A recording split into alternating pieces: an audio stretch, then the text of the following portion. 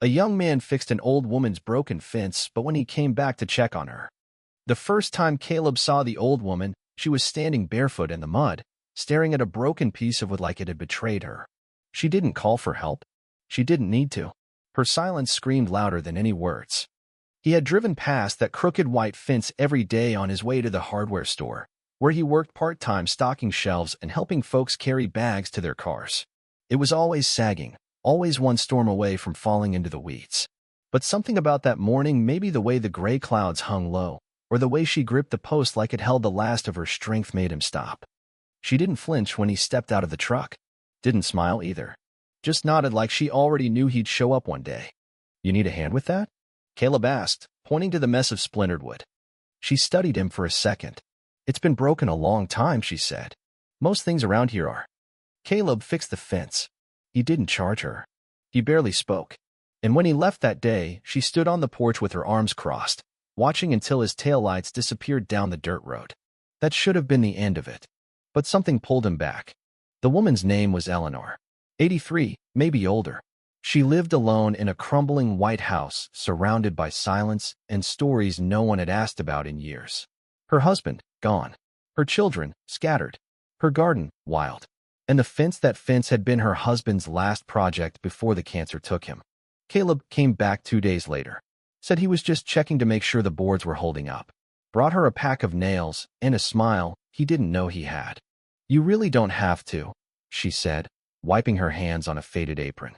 "I know," he replied, "but I want to." She didn't argue. Instead, she made him lemonade, the kind that tastes like summer and memories. They sat on the porch in silence. He didn't ask questions, and she didn't volunteer answers. That became a habit. By the third week, Caleb had cleared her gutters, patched a leak in the roof, and started weeding the jungle that used to be her rose beds.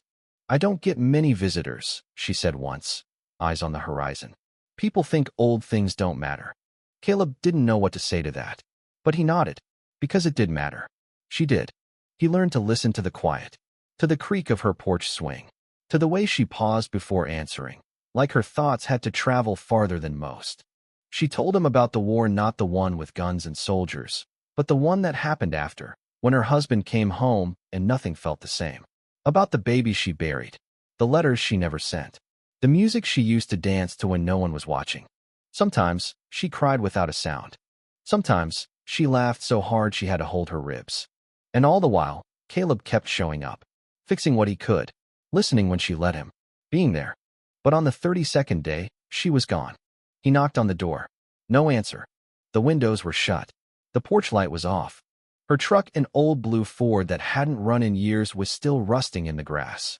Caleb checked the side door. Locked. He walked around the back. No sign of her. Just the hum of cicadas and the aching stillness that comes when something is missing. He called her name once. Then again. No reply. That's when he noticed the rocking chair, hers, tipped over on the porch like it had been knocked in a hurry. And beside it, a note. Not folded. Not hidden. Just lying there like it had been waiting for him. His hands shook as he picked it up. "Caleb, if you're reading this, I reckon I've finally gone where Jim's been waiting all these years. Don't be sad. I wasn't scared. You gave me something I didn't expect, not just help with a fence, but the kindness I thought the world had forgotten. You reminded me that even when time runs out, it can still be beautiful. There's a tin box buried beneath the rose bush out back. Take it. What's inside belongs to someone who still believes in people. You did good, kid. You really did. Love. Eleanor." He didn't cry right away. Not then. He stood there on the porch for a long time, the note in one hand, his heart in the other. The sun dipped behind the trees like it didn't want to watch what came next. When he finally moved, it was slow, careful, like every step might wake the past. He found the rose bush. He found the box. Inside were photographs, black and white, curled at the edges. A wedding ring. A medal. Letters wrapped in twine. And at the bottom, folded with care, a deed. To the house. Signed in his name. She'd left it to him. He didn't know what to do at first. He sat in the dirt beside the bush, the box on his lap, the weight of a life he didn't live pressing down on his shoulders. But as the stars blinked awake above him, something settled in his chest. This wasn't an ending. It was a beginning. That night, Caleb didn't go home. He stayed. He turned the porch light back on. And inside that quiet house, where the echoes of one woman's life still lingered in the walls and windows, a young man sat down and began to write. Not a letter, not a will, just a promise. That he would remember, that he would keep the roses blooming, that he would be the fence someone else might one day need. The next morning came soft and golden. A light mist hung over the fields, and dew glistened on every blade of grass like a quiet apology from the earth itself. Caleb hadn't slept. He sat at the kitchen table, a chipped ceramic mug in his hands, long gone cold. The silence in the house had changed. It wasn't the loneliness of before, it was something heavier now. Final. Sacred. He kept rereading the deed. Her name. His name. Her signature small, curved, and careful, etched beside a notary's seal that said it had been signed 5 months ago. She must have known. He ran his fingers over the letters like they were braille, like they might tell him something he hadn't yet understood. She had planned this, and she had chosen him. He didn't tell anyone for 2 days. Not because he was hiding it, but because he didn't know how to explain it. What would he say? That he fixed a fence and an old woman gave him her house. That she gave him something no one else ever had: trust? Besides, there was work to do. He started with the porch, swept it clean, nailed the rocking chair back together, and oiled the hinges on the screen door. Inside, he dusted off furniture, replaced light bulbs, and opened every window to let in fresh air and whatever memories came with it. He wasn't sure what he was doing, only that it felt right, like honoring her in a way she would have understood. And then came the visitors. The first was a woman named Liza, short, sturdy, and full of questions. She knocked on the door with the kind of firmness that didn't leave room for doubt. "You're Eleanor's boy?" "Not by blood," Caleb said. "Just someone who knew her." "Well," Liza replied, glancing past him into the house. She always was full of surprises. Turns out Liza used to be Eleanor's neighbor decades ago. They'd lost touch over the years, but she still dropped off pies during the holidays and mowed the edge of Eleanor's driveway when the weeds got too high. "I saw your truck," Liza said. "Figured I'd check in." They sat on the porch and drank iced tea Eleanor had left in the freezer in plastic containers labeled for company.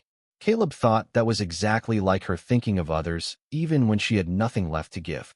Liza talked about the early years. About Eleanor and Jim, how they used to host barn dances and potlucks. How Eleanor played the piano like the keys were secrets she was unlocking one by one. She was tough, Liza said, but soft when it mattered. Caleb nodded. She mattered. After Liza came more. A man who claimed to be Eleanor's cousin from Missouri. He hadn't seen her in 30 years, but came after hearing she passed. A former mailman who remembered how she used to leave peppermint sticks in the mailbox during December. A teenager who said she once saw Eleanor rescue a stray cat in the middle of a thunderstorm. Every person had a story. Every story added color to the canvas of who Eleanor had been: layered, flawed, kind in ways that didn't always look like kindness. And through it all, Caleb listened. He kept the porch light on. One night, a week after the funeral, a small, simple graveside service paid for anonymously, though Caleb had a good guess. He sat by the fireplace with the tin box in his lap. He hadn't opened everything inside. Not yet. Something about it felt too intimate, too close to her final breath.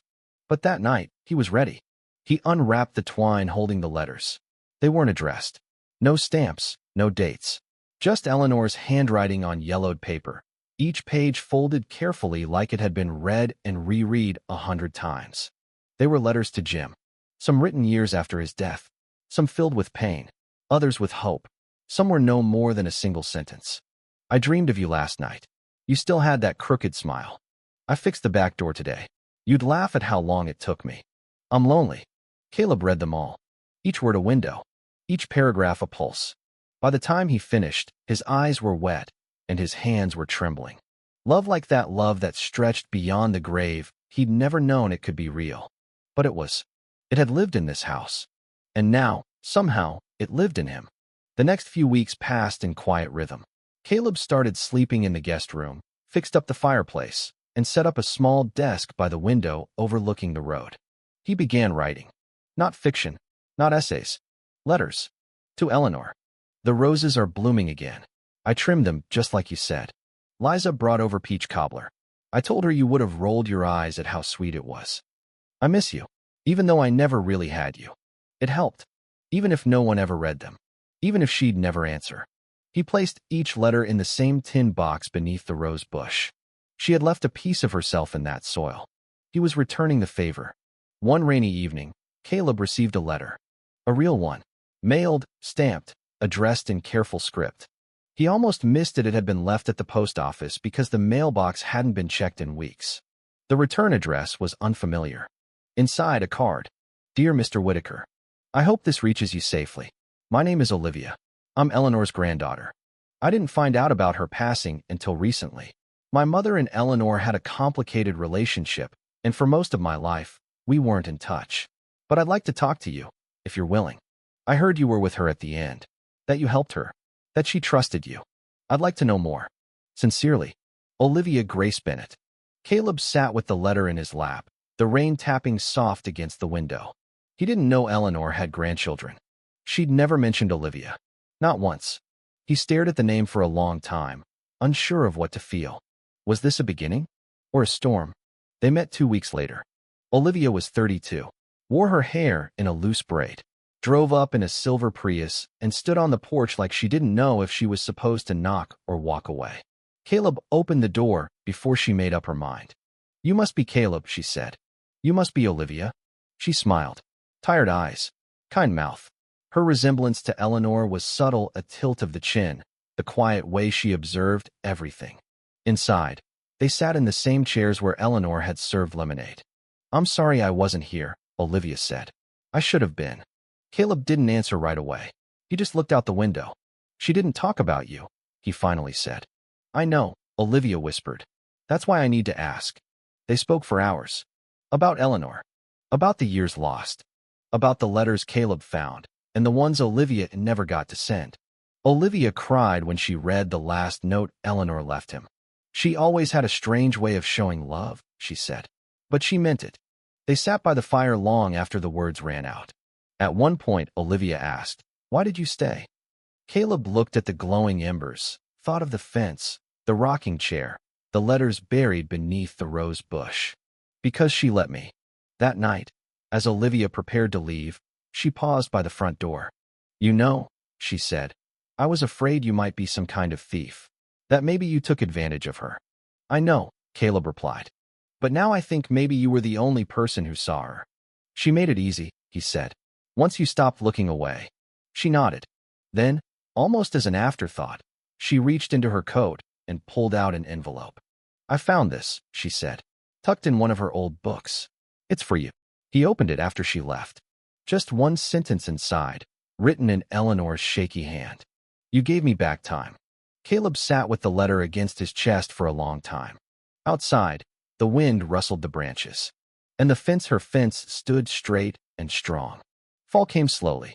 The trees turned in whispers, greens fading into reds, oranges, and deep maroons like bruises the sky forgot to hide. Caleb raked leaves from Eleanor's yard every afternoon, letting the rhythm of the rake and the wind steady something inside him. He didn't talk much to anyone except Olivia, who now came by every Sunday. Sometimes they talked about Eleanor. Other times, they just sat. The silence between them became a kind of comfort, not awkward, but soft, familiar. One afternoon, Olivia brought a box of books from Eleanor's attic. She used to read to me when I was little, she said, lifting a dust-covered novel. Mostly old stories. Sad ones. Caleb smiled. That tracks. They flipped through pages together, and in one of the books, Caleb found another letter, this one folded in half and tucked between pages of a worn-out poetry collection. It wasn't addressed to him. It was addressed to M. Olivia froze. That's my mother, she whispered. The letter was short. Just 5 lines. M. I never found the right way to say I'm sorry. But I did try. In the quiet. In the way I kept your room just as it was. In the garden you hated, but I planted anyway because I thought you'd come back. I missed you every day. Love, Mom. Tears rolled down Olivia's cheeks, and Caleb didn't say a word. There was nothing to say. Sometimes pain doesn't need to be explained, it just needs to be held. Later that night, Caleb wandered the house alone. He ended up in Eleanor's old bedroom, a space he hadn't touched since she passed. It still smelled faintly of rose lotion and cedar. The bed was neatly made, the quilt folded with care. Her cane still leaned against the headboard, as if waiting for her. He sat on the edge of the bed and looked around. A photo on the nightstand caught his eye. It was Eleanor and a little girl maybe 4 or 5 sitting on a tire swing. The child had wild curls and was laughing, head thrown back. Eleanor's eyes weren't on the camera. They were locked on the girl. Love. Undeniable. On the back of the photo, in faded pen, were 3 words, me and Liv. He smiled. So much had been broken, and yet something remained. That weekend, Caleb opened up the house. Literally. He took down the broken shutters, cleaned the windows, repaired the steps. He wanted to make it breathe again, to let in more than just air, but life. He wasn't sure what the end goal was. He only knew he couldn't let the house sit in silence anymore. A few days later, he posted a handwritten sign in town. Need help fixing up an old home. No pay, just stories, good coffee, and a porch with history. He expected no one. But people came. The first to arrive was a retired mechanic named Earl. Said he used to help Jim fix tractors back in the day. I owe that man more than I can say, Earl muttered, looking around the place. Reckon it's time I paid it forward. Next was June, who brought a box of muffins and tools she didn't really know how to use. I just need something to do with my hands, she said, and something to remember someone by. Soon others followed. A high schooler looking for service hours. A veteran with too many quiet days. A mother of 3 who used to walk past the house as a child and always wondered what was inside. They painted. They cleaned. They planted. They shared. And the house, once heavy with grief, began to hum with something lighter. Not joy exactly, but restoration. On one particular Saturday, Caleb found Olivia standing in the hallway, staring at a wall of old family photos. She was holding a frame with trembling hands. I don't remember this one, she said softly. Caleb looked over her shoulder. It was a black and white photo of Eleanor as a teenager, standing beside her father in front of a half-built barn. Her eyes were fierce, determined. She built things her whole life, Olivia whispered. Even when she thought she couldn't, Caleb replied. That night, they sat on the back porch beneath string lights the volunteers had helped Caleb hang. The roses swayed gently in the wind. Olivia leaned against the railing, arms crossed. Do you think she forgave my mom? I think she was trying, Caleb said. And do you think she wanted to be forgiven, too? He looked up at the stars. I think that's all she ever wanted. The next morning, Caleb walked into town with something on his mind. He stopped by the courthouse, then the community center, then the old library Eleanor used to love. And over the next few days, he filled out forms, signed papers, made plans. He didn't tell Olivia until it was official. They were sitting in the kitchen when he handed her the envelope. She opened it slowly. Her eyes scanned the first page, then widened. Caleb, she breathed. Is this? Yeah, he said, grinning. It's her house, but I'm turning it into something more. The document was an application to convert the house into a community memory home, part museum, part garden, part storytelling center. A place for people to bring photos, heirlooms, and tales they didn't want forgotten. And you want me to help run it? She asked, stunned. I don't think I could do it without you. Her hands trembled. Her voice cracked. She would have loved this. He nodded. She built the fence, he said. We're just opening the gate. The day the sign went up, people gathered. Not a crowd. Just enough. Enough to make it feel like a beginning. The Eleanor house, etched in wood, hung above the porch. Below it, a small plaque. For those who were never heard, but always mattered. Someone played music from a speaker. Someone brought pie. Laughter echoed in places that hadn't heard it in years. Inside, people wandered the rooms, reading notes, touching keepsakes, whispering names aloud that had once been tucked away in silence. Caleb stood in the back and watched it unfold. Watched healing happen. Watched Eleanor live again, not in memory, but in motion. Later, Olivia joined him by the fireplace. She was holding a box. I found one more thing, she said. Inside was a single cassette tape. Old, labeled in pen. E&J Christmas 1987. They found an old tape player and hit play. Crackling. Then laughter. Then Eleanor's voice. Jim, you're holding the camera upside down. A deep chuckle. Well, the tree looks good from this angle. Then silence. Then Eleanor again. If you're watching this someday, and I'm not around, tell that girl I loved her, even when I didn't know how to say it. Caleb swallowed hard. Olivia closed her eyes. And in that moment, surrounded by wood and warmth and the ghosts of good intentions, Something settled between them. Not grief, not even closure, but continuation. Winter arrived not with fury, but with stillness. The kind of hush that blankets the world, softening every edge. Snow gathered on the roof of the Eleanor house, caught in the branches of her rose bushes, and clung to the fence Caleb had once fixed, now sturdy and covered in frost. Like it, too, had grown old with dignity. Inside, the fireplace crackled warmly. Volunteers still came, though less often. But there were always enough hands to brew coffee, hang new memory submissions on the walls, keep the place alive. Caleb kept writing. He still slipped letters beneath the rose bush out back, even though the ground was frozen now. He kept them in a jar beside it, Eleanor's jar, once used for preserves, now packed with folded words. One night, he wrote, "I met a man today who said you used to sneak apples from his orchard as a girl. He laughed about it. Said you always paid him back by leaving hand-stitched napkins on his porch. You never told me that. You never said you were mischievous. I like knowing you had edges." Then came the letter. Not one of Caleb's. Not from Olivia. But from an attorney. A box arrived, delivered by a courier in a dark coat. Inside were old documents, a small velvet pouch, and a sealed envelope with Caleb's name written in Eleanor's unmistakable handwriting. He waited until evening to open it. He sat by the window. The snow fell thick and silent beyond the glass. Olivia was in the next room, cataloging new memory submissions. Caleb opened the envelope. Inside was a final letter. A real one. The last one. "Caleb, if you're reading this, it means the house is no longer mine. But you already knew that. I wasn't supposed to outlive Jim. That wasn't the plan. He was the strong one. The heart. I was just the spine, the thing that tried to hold everything up when it all fell apart. But then you came. You with your bent posture and bleeding knuckles and questions no one else dared ask. You didn't fix just my fence. You gave me something to lean on when my own spine gave out. I've left you something. Something I never showed anyone, not even Jim. It's in the velvet pouch. I never wore it. It felt too heavy. But I want you to have it. Not because it's worth anything, but because it carries weight, my regrets, my truths.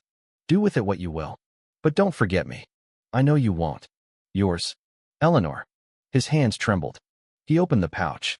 Inside was a locket, gold, aged, delicate. When he clicked it open, he found two tiny photos. One of Jim, and one of a newborn baby, wrapped in a hospital blanket. On the back of the baby's photo, faint and nearly faded, were the initials, MB. M.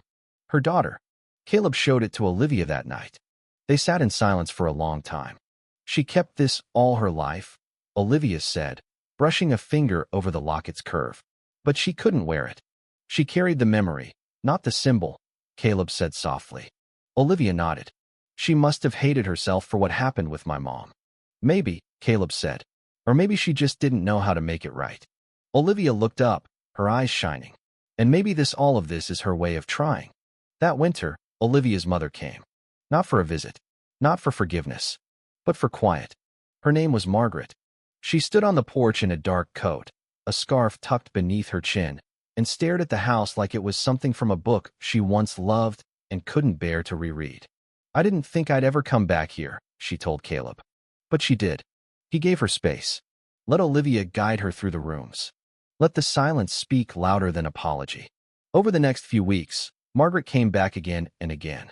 Not always with words, but always with presence. One day, she brought a box of her own photos, letters, trinkets from childhood Eleanor had kept but never mailed back. This was her way, Margaret said. Keeping things when she couldn't keep people. She placed the box in the Eleanor house, on a shelf beneath the window, beside the piano. Olivia labeled it the box of almost. Visitors stopped to read each piece. Some wept. Some smiled. All understood. The Eleanor house began to draw more people as spring approached. Not crowds, but souls. People who carried grief in their pockets and joy in their shoes. People who came to remember or to be remembered. A war veteran brought a journal. A teenage girl brought a bracelet from her grandmother. A man in his 60s brought a letter his mother had written to a son she lost at birth. Everyone had something. Everyone left something. One evening, as the light turned gold and slanted through the windows, Caleb and Olivia sat on the porch watching the horizon turn soft. "You ever think about what she'd say if she saw this?" Olivia asked. I think she'd pretend to be mad, Caleb said. Say we didn't ask permission. Olivia laughed. And then she'd cry when no one was looking. She'd be proud, he added, even if she'd never admit it. They watched the wind stir the trees, watched the world keep turning. And then Olivia said something that stopped him. I want to stay. Caleb turned to her. Here. She nodded. I don't know what comes next, but this feels like the beginning of something I wasn't supposed to find. He smiled. Then stay. That night, they planted new roses, right beside Eleanor's original bush. As they worked the soil, Olivia paused and looked at Caleb. She gave us roots, she said. Caleb nodded. And we gave her wings. They planted until the stars came out, until their fingers were raw and their backs ached, until something grief, perhaps settled, not as weight, but as warmth. In the months that followed, the Eleanor house became more than a home. It became a beacon, not for tourists, not for history buffs, but for anyone who had lost something or someone and didn't know where to put the love that remained. Caleb found himself at peace for the first time in years, not because he had everything figured out, but because he had a place, a purpose, a name that lived on through other names. One morning, he found a child maybe 9 or 10 sitting on the porch with a notebook. What you writing? He asked. A letter, the boy said without looking up. To who? My grandma. She died last year. Caleb nodded. You gonna send it? The boy looked at him. There's no address. Caleb pointed to the jar beneath the rose bush. We've got a mailbox for that kind of letter. The boy smiled. And Caleb smiled back. That evening, he wrote another letter of his own, but not to Eleanor. This one was to someone else. To himself. The man who once showed up with broken hands and no direction. You thought you were just fixing a fence, he wrote, but you were building a bridge. He folded the letter, sealed it, and placed it in the tin box. Not beneath the bush, but inside the Eleanor house, next to all the others. Because his story was no longer separate from hers. It never had been. Spring unfolded slowly, like a song you almost forgot the words to. Birds returned to the yard. The roses, stubborn and unbending like the woman who once planted them, bloomed again. The Eleanor house opened its windows to the breeze. New letters arrived. New visitors, some carrying items as small as a key, some as large as a painting. Some came empty-handed but left full-hearted. Caleb walked the rooms each morning. He touched the walls like they were alive, because in some way they were. They held every word, every name, every echo. He no longer wrote letters every day, but when he did, they were quieter. Not desperate, not grieving, just full. On a quiet afternoon in April, a woman showed up at the house with an envelope in her hand and tears in her eyes. She said nothing, just handed Caleb the letter and asked if it could be added to the wall. He nodded and read it after she left. For the mother I never forgave in time. You were human. That's what I didn't understand until it was too late.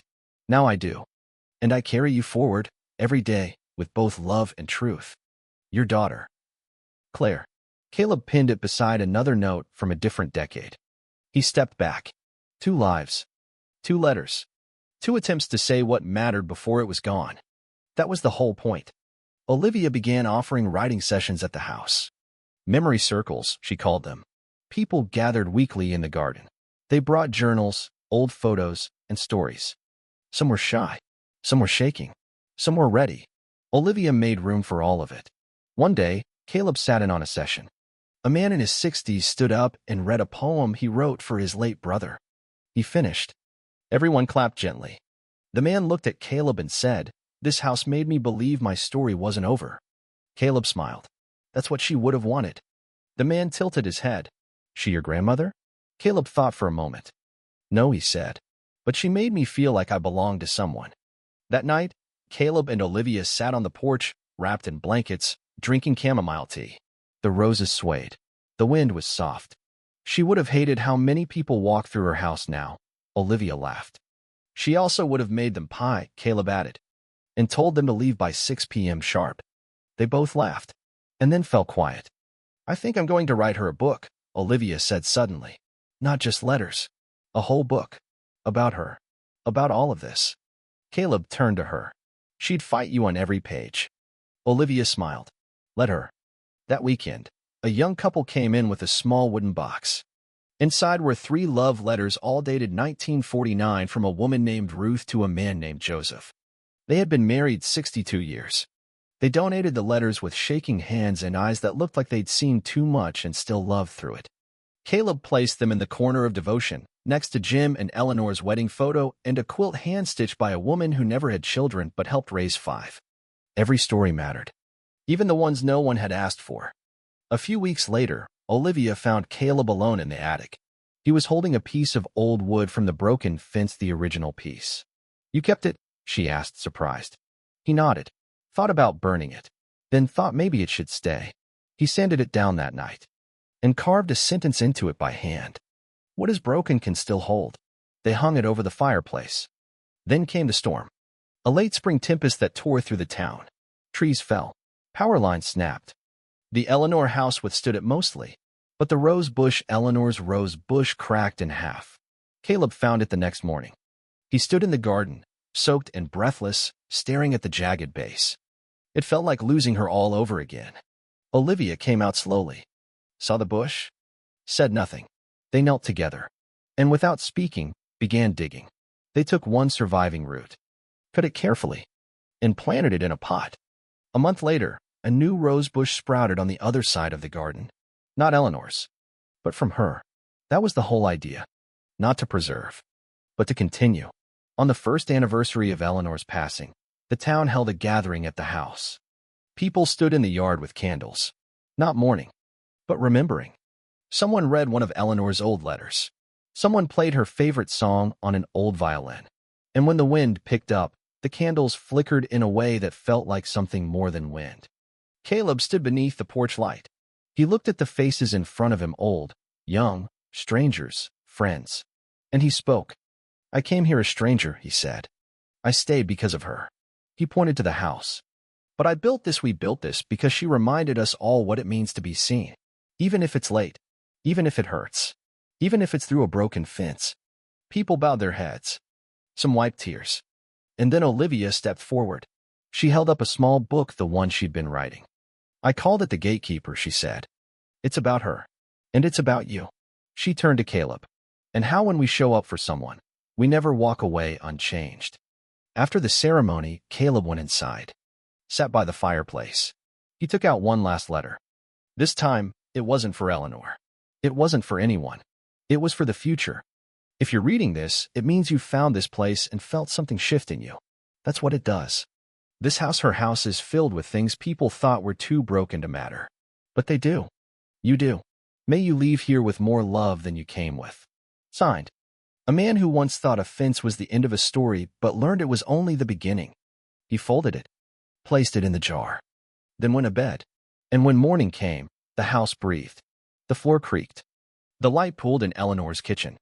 The roses bloomed again, just a little stronger. Because love, when planted right, does not die. It grows, even through fences, even after we're gone. It had been 5 years since Caleb first knocked on Eleanor's door. The Eleanor house stood unchanged in structure, but its soul had grown. Now, it breathed with stories. The front porch was worn smooth by the feet of hundreds.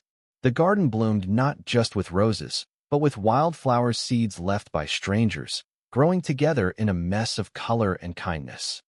On a Tuesday afternoon, just before closing, a young girl appeared at the gate. She couldn't have been more than 10. Green backpack, braided hair, no parent in sight. Caleb spotted her from the window. He stepped outside, brushing the dirt from his jeans. "Hey there." She looked up. "Is this the place where the letters live?" He blinked. "I suppose it is." "Who told you that?" "My grandma. Before she died. She said if I ever felt too full inside, I should bring it here." Caleb crouched, voice soft. "Are you feeling too full?" She nodded. "It's been almost a year, and sometimes I miss her so much, it makes my stomach hurt." He swallowed hard. "You want to come inside?" She hesitated. "Only if I can leave something." "Of course." Inside, she wandered the rooms quietly, touched the edge of a quilt, stared at the photo of Eleanor in the hallway, paused at the fireplace. Then she sat at the long wooden table and pulled out a folded paper. She handed it to Caleb without a word. He read it silently. "Dear Grandma, today I got an A in math. You would have cheered so loud. I made tea just like you showed me. I spilled a little. I miss the way you laughed when I pretended to be your cat. I miss how your hugs smelled like cinnamon. But mostly I just miss you. Is it okay if I still talk to you? Love. Maya.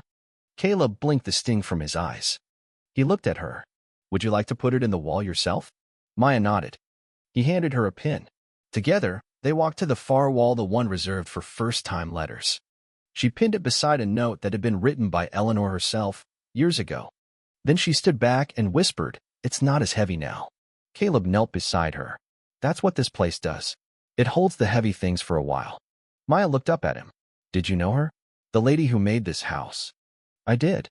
Was she nice? He smiled. She was real. That's better than nice. Maya's eyes lingered on the photo of Eleanor again. Then she slipped her hand into Caleb's, small, warm, and sure. I think I'll come back next week, she said. You'll be here. I will, Caleb said. We always are. And so the house stayed full. Full of letters. Full of grief and joy and memory and second chances. Full of strangers who left his family. And outside, beneath the sky that Eleanor once stared up at and whispered her regrets to, new roses grew. One for each story planted. One for each person who learned that even broken things can bloom again.